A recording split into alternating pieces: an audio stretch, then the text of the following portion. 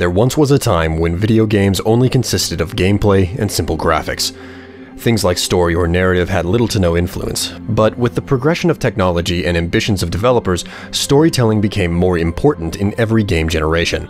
When games officially became 3D in the mid to late 90s though, an incredibly important visual storytelling technique became possible: cutscenes.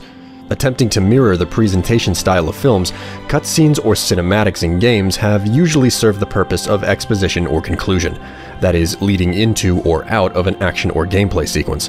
The design of cinematics, both technically and aesthetically, have seen an incredible amount of evolution in games over time. Aesthetically, game cinematics have mostly strived to mimic the filmography of movies. However, they have technologically blazed new trails, as several different types of cutscenes have been created over the generations. Let's start at the beginning, though, with a game franchise that came to be known for its high-quality cutscenes.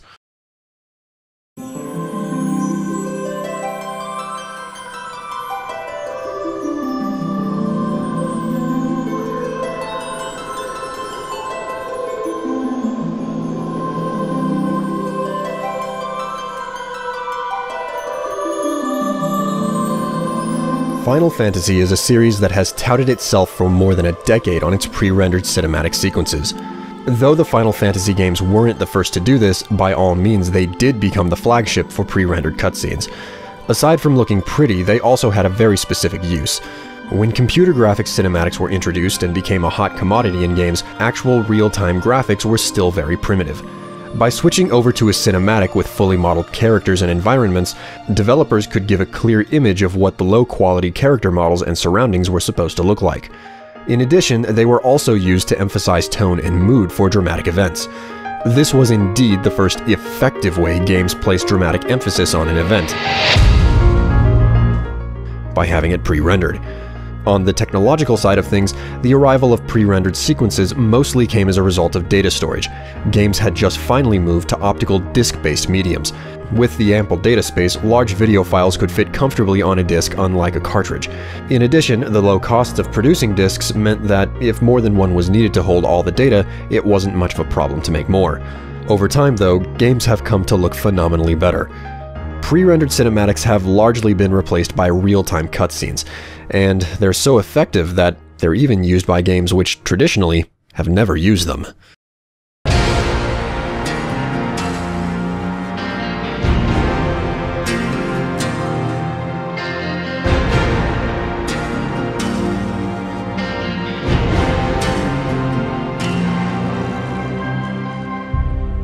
The strategy game StarCraft II made perfect example of the extensive progression of in-game graphics and cutscenes.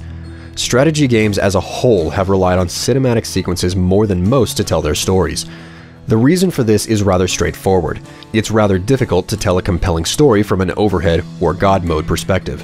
StarCraft II still implements pre-rendered cinematics for major climactic events, but the vast majority of the story is told through real-time cutscenes. The visual fidelity of these cutscenes is surprisingly high, and they're very effective at presenting the story in an appealing manner. Real-time cutscenes serve more than one purpose, but the primary reason they are used is they're cheaper and easier to create for most games. Creating cinematics or cutscenes involves two things: characters and environment models. Real-time cutscenes are budget-friendly because they typically bypass the need to create new models for pre-rendered sequences and instead use pre-existing gameplay models. StarCraft II using real-time cutscenes was a significant sign, because the character and environment models had to be created from scratch. These real-time sequences encompassed nothing that improved the minute-to-minute, click-to-click interaction of strategy gameplay. The fact that real-time cutscenes were used in a strategy game, despite how pre-rendered cinemas would have been sufficient if not more dazzling, proves how effective and appealing real-time cutscenes have become. There's one more type of common cutscene though, and the value of its use is largely dependent on personal opinion.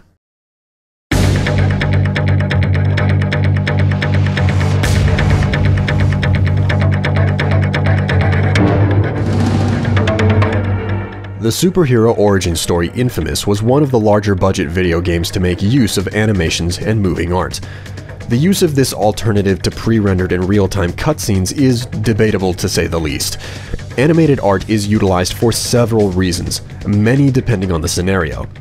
Typically, indie titles are the kind that acceptably utilize such a low-budget alternative, as there's not much money to go into the game's production to start with.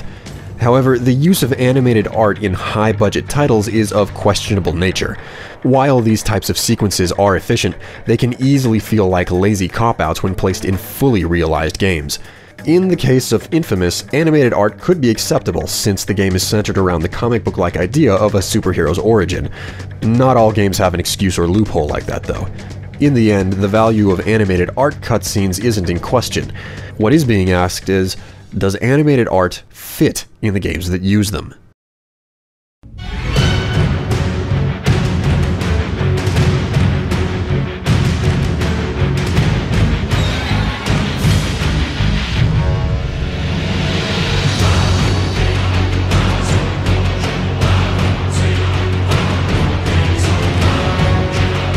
When all is said and done, cutscenes and cinematics will always be part of video games, and be the preferred method of storytelling. What's important to distinguish is how each different kind of cutscene has its strengths and weaknesses. For that reason, there will never be one single style that works best for all situations. Of course, which ones are preferred can only be determined by the people who play the games and watch the cinematics. Until next time, this has been a video blog from b10g.net, May 14th, 2012. Strife out.